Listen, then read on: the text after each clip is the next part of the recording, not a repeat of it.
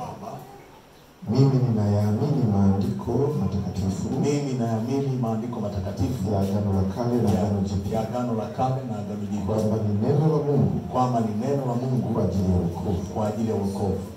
Naamini juu ya Roho Mtakatifu. Naamini juu ya Roho Mtakatifu. Na kazi yake ndani ya kanisa.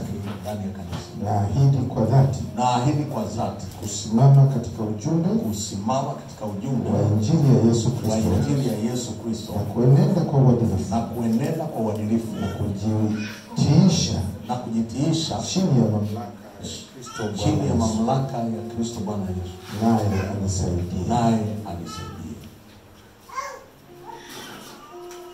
Ndugu katika Yesu, nimesikia ushuhuda na ukiri wa askofu mteule wa kanisa la Mungu la Glory of God Ministry. Nimehakikishiwa kufaa kwake na kwamba kanisa limeridhia kumpa wajibu huu mkuu.